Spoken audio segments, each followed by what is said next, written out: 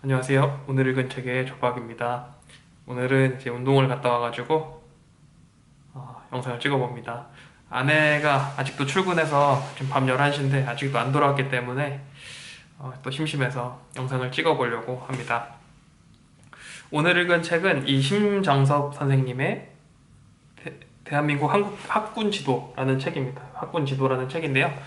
이 책은 이제 제목답게 우리나라의 학군이 어떻게 형성되어 있는지, 그리고 학군별로 아파트가 어떻게 형성되어 있는지에 대해서 자세하게 설명을 하고 있습니다. 책이 이게 이제 초판이 아니라 개정판이어가지고 초판 때 많이 팔려가지고 아마 또 내신 것 같아요. 근데 이제 초판에서는 뭐 2018년도의 시세랑 이제 이런 것들을 비교했었다면은 요번 판에서는 19년도, 20년도 초반의 시세를 같이 이제 비교를 하고 있습니다. 대부분 알고 계시는 것처럼 대한민국의 아파트 시장이 2019년도, 2018년도를 지나면서 2018, 2019를 지나면서 이제 슈팅이 나왔죠. 그래서 그런 것 때문에 책을 쓰신 게 아닌가 그런 생각을 해봤습니다. 책은 이제 앞에 크게 이제 몇 가지 챕터로 나눠져 있는데 제일 처음에는 그 학군이 그 부동산 투자에 있어서 왜 중요한가 이런 것들이 한 100페이지 정도 할애가 되어가지고 나와 있습니다.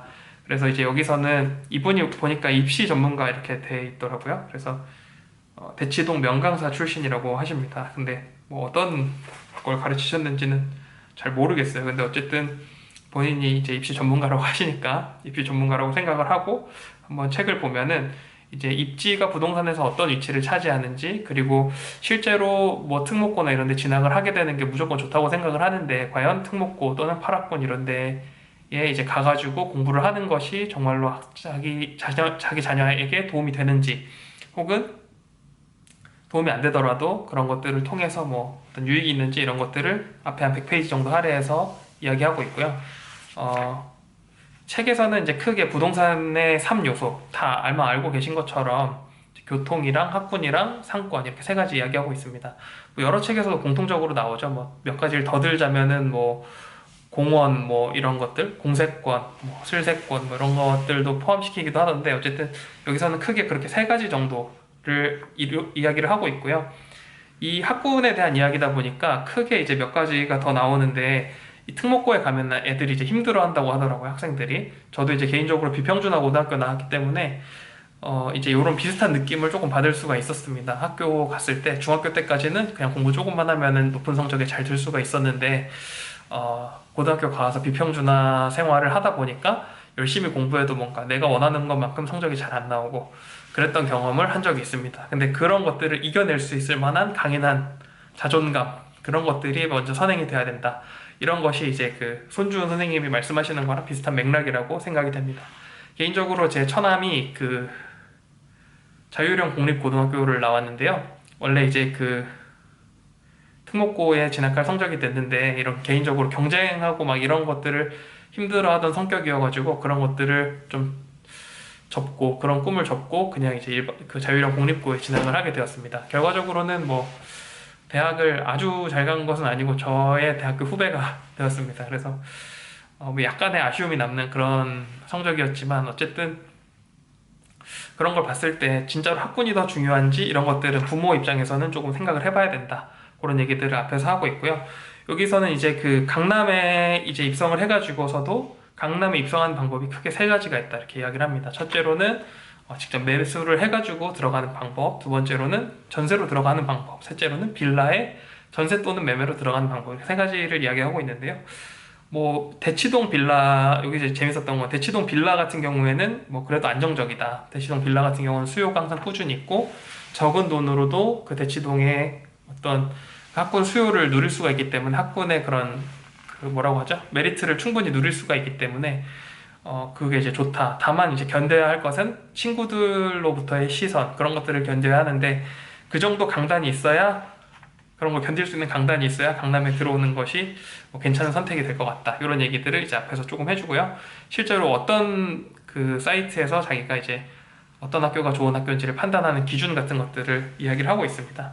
책은 이제 올 컬러로 되어 있어가지고 이렇게 이제 예쁘게 책들이 좀 써 있고요. 이렇게 실제로 어떤 페이지를 가지고 볼 수 있는지 이런 것들도 이제 설명을 하고 있습니다.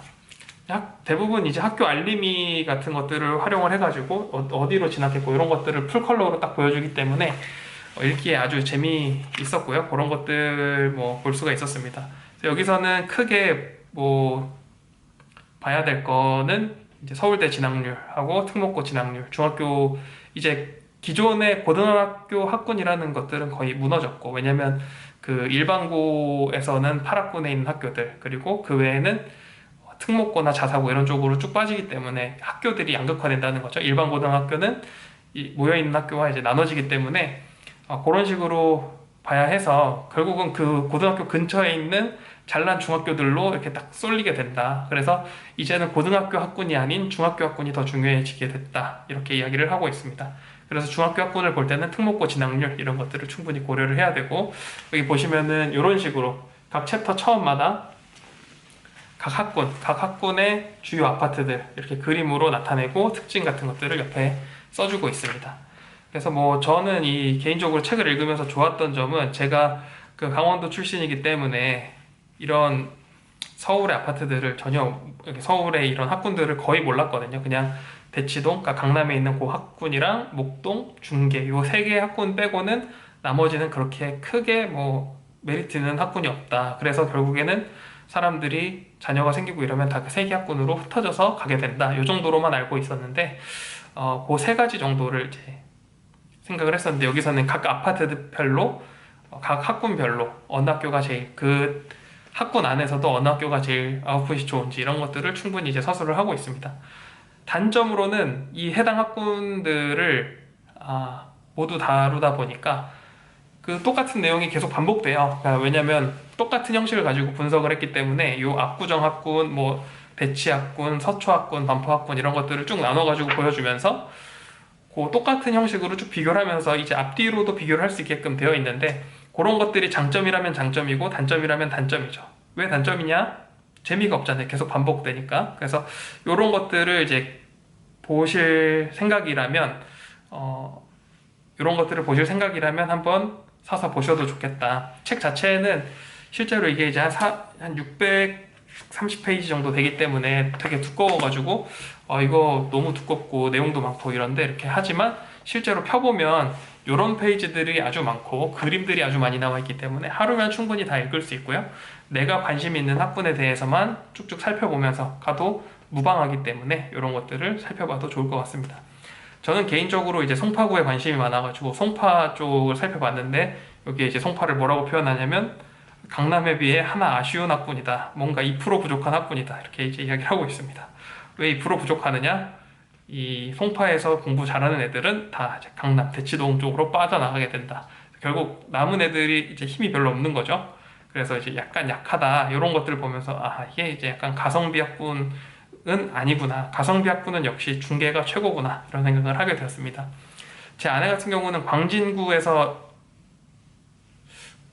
중고등학교를 나온 것으로 알고 있는데, 광진구에서 중학교를 나오고 고등학교는 이제 그 강북구에 있는 외고를 나왔는데요. 그런 것들을 보면서 좀 학군이라는 게 과연 정말 중요할까? 뭐 이런 것들도 이제 생각을 좀 해보게 되고, 여기 이제 책에 나오는 대로라면 좋은 학군에 간다고 무조건 자녀들이 성공하는 건 아니지만, 그럼에도 불구하고 자녀에게 인풋 대비 아웃풋 이런 것을 따지는 것은 실제 부모 마음하고 좀 거리가 있다. 이런 여러 부모님들의 말을 들으면서 나는 과연 자녀가 생긴다면 어떤 식으로 접근을 할 수 있을 것인가. 제가 개인적으로 어떤 투자 모임에 가서 들었던 이야기는, 제가 아직 자녀가 없기 때문에 여러 가지 고민하는 거지, 자녀가 생긴다면 무조건 강남 입성으로 귀결이 될 것이다. 이런 답변을 저는 들었던 적이 있습니다. 개인적으로는 그게 이제 굉장히 딱 가슴에 와서 탁 꽂혔는데요. 그런 부분들을 조금 고려해 볼 필요가 있겠다. 실제로 강남에 내가 입성이 가능하고, 그리고 이제 결국은 강남 쪽에 뭔가 사람들의 수요가 많이 몰리잖아요. 일자리도 그렇고 뭐 그 GBC 생기는 것도 그렇고 여러 가지로 그런 측면들을 고려를 한다면, 결국 지금 GTX-D가 서울까지 안 들어온다는 것 때문에 지금 막 난리가 났죠. 근데 그런 것들도 다 그런 거하고 연관이 있지 않느냐. 서울의 주요 핵심지까지 연결이 안 된다면 해당 교통권이 무색해지는 것처럼, GTX가 들어와서 막 집값 호재다 이랬었는데 막상 거기까지 안 들어오면 별로 이제 그 장점이 없어지는 것처럼 조금 생각을 해볼 필요가 있겠다. 결국에는 가장 핵심지 쪽으로 가깝게 들어가서 사는 것이 이득이겠다라는 생각을 조금 해보게 됐습니다.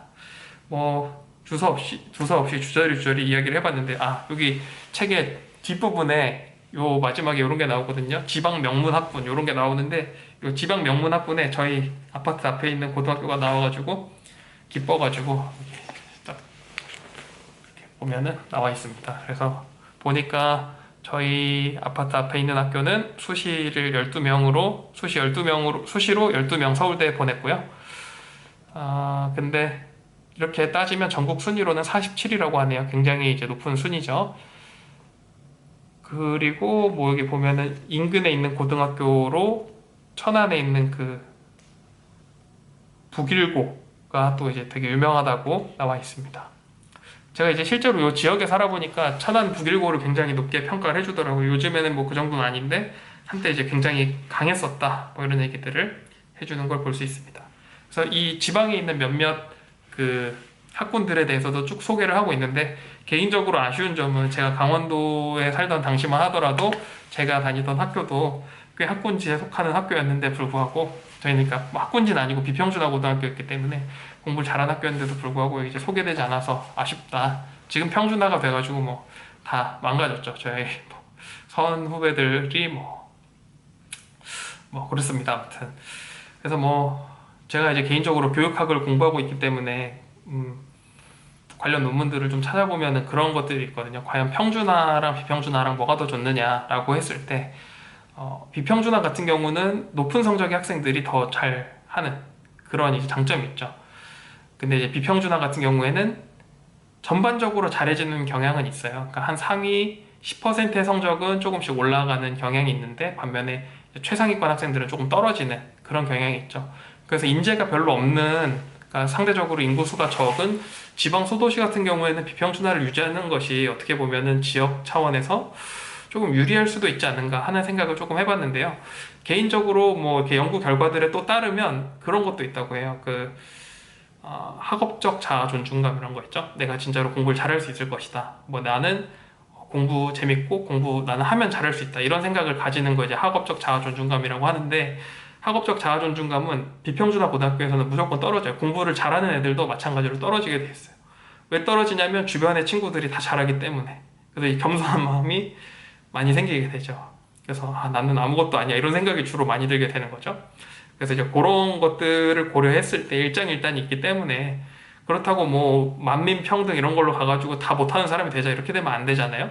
결국 그 잘하는 애들은 또 잘 커나갈 수 있게끔 여러 가지를 지원을 해줘야 되는 게 또 맞지 않는가 하는 생각을 해보면, 참 이 평준화라는 문제는 굉장히 풀기 쉽지 않은 문제인 것 같다라는 생각을 하면서 이야기를 마쳐보도록 하겠습니다. 감사합니다.